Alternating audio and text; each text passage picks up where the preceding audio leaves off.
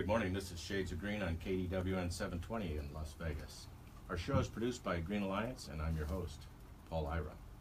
Our guests today are Doug Bennett, Conservation Manager, and Toby Bickmore, Conservation Program Administrator from Southern Nevada Water Authority.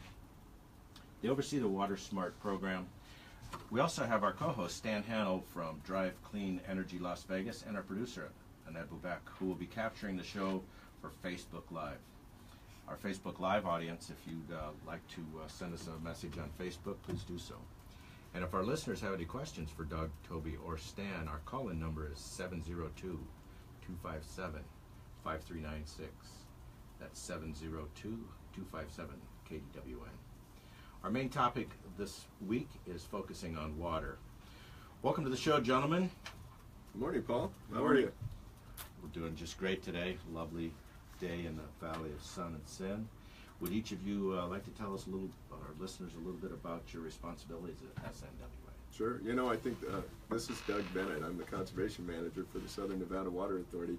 And I think it's important first that people understand what the Southern Nevada Water Authority is. So we're the regional agency that is kind of a mechanism for all of the various water agencies and cities in Southern Nevada to work together to ensure that we have a clean, safe, reliable water supply. Excellent. And Toby? Yeah, my name is Toby Bickmore, and I actually am responsible for all of our residential programs, and so I actually work with residential customers across the valley. We have several programs. Our turf conversion program, which is our Water Smart Landscapes program, is my primary responsibility. And then I have other programs with new construction and smart controllers and various things like that. But I primarily am responsible for all of our single-family customers. Thank you. Thank you. I understand SNWA administers one of the most progressive and comprehensive water conservation programs in the nation. Tell us how and why.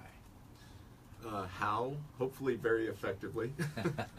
Why? I think, the why really, there have been conservation programs here literally since the 1950s, some of the earliest conservation programs. And believe it or not, there were watering restrictions in the Las Vegas Valley back in the 1950s. And then there were the desert. Right, absolutely.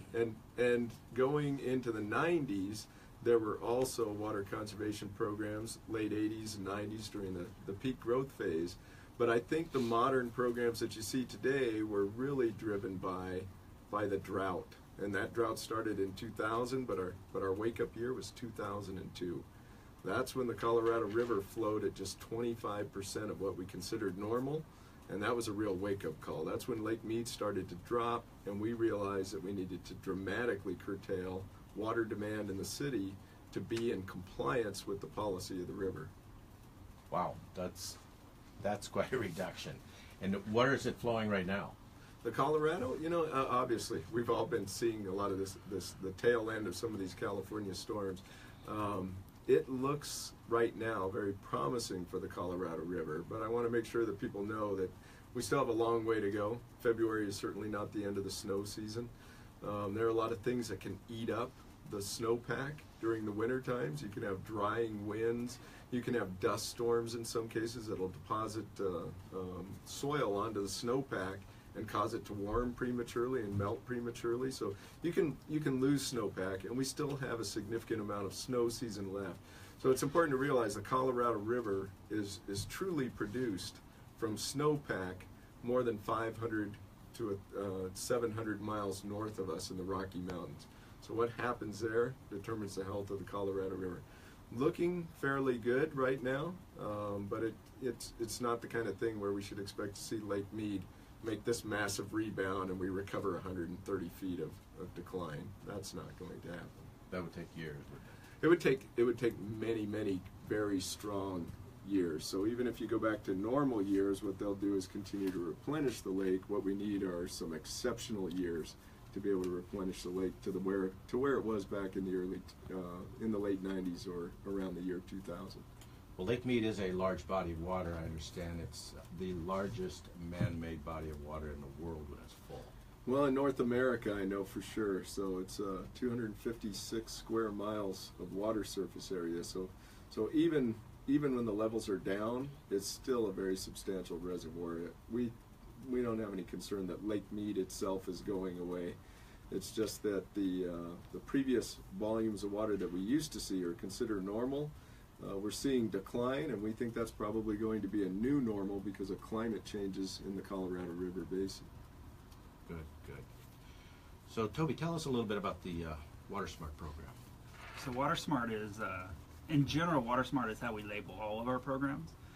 But our largest program is our WaterSmart Landscapes program, and that is our turf reduction program, where we incentivize people to take out grass and replace with desert landscape or something else that is less water intensive than grass. We've been doing that since about 2000. On the residential side alone, I've had over 50,000 projects that have come through. So it's a massive program for us. We spend probably 90% of our time. We've approaching over $200 million, I think we've paid out in incentives. That's right.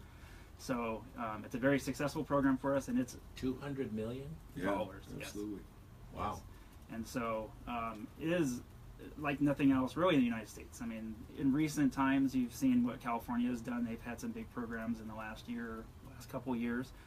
But we've been doing this, like I said, since 2000, and we really have a model program that others from across the country kind of look at for how you should do that type of program. But the water savings is incredible. For every square foot you take out, you see about 55 gallons per square foot savings. So there's a massive savings, by replacing the grass. So for every square foot of turf removed, we save 55 gallons Right. annually? Per square foot. Per square foot Yes. annually. And I want to emphasize, we're not just removing turf, we're replacing it with other landscaping.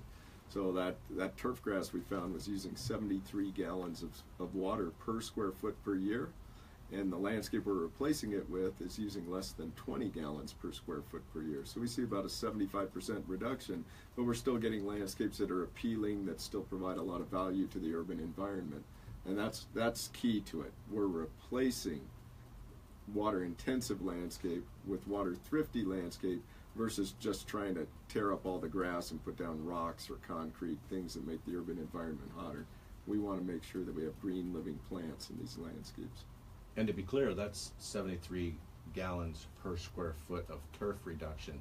And when you put in other plants, you don't cover the whole thing like you do with turf. So there are a lot of square footage out there that get zero water. Well, it depends So on you're how you open- design it. We Right. actually see projects where there's more than 100% coverage, where literally I think of my own WaterSmart landscape, you will see more plants than you will see ground through those plants.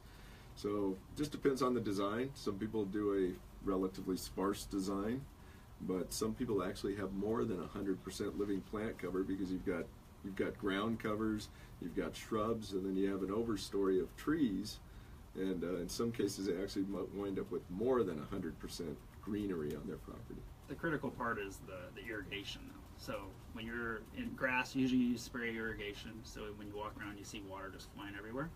And with this other type of landscaping, it's a drip irrigation. So it's going deep into the ground. You don't lose it to evaporation. It's not getting thrown everywhere. And so that's the critical part. And like Doug said, so you can put in all kinds of plants afterwards, and you're still going to see big savings.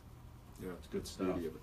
Well, we're going to talk more about that when we come back to Shades of Green. We'll be back in a minute.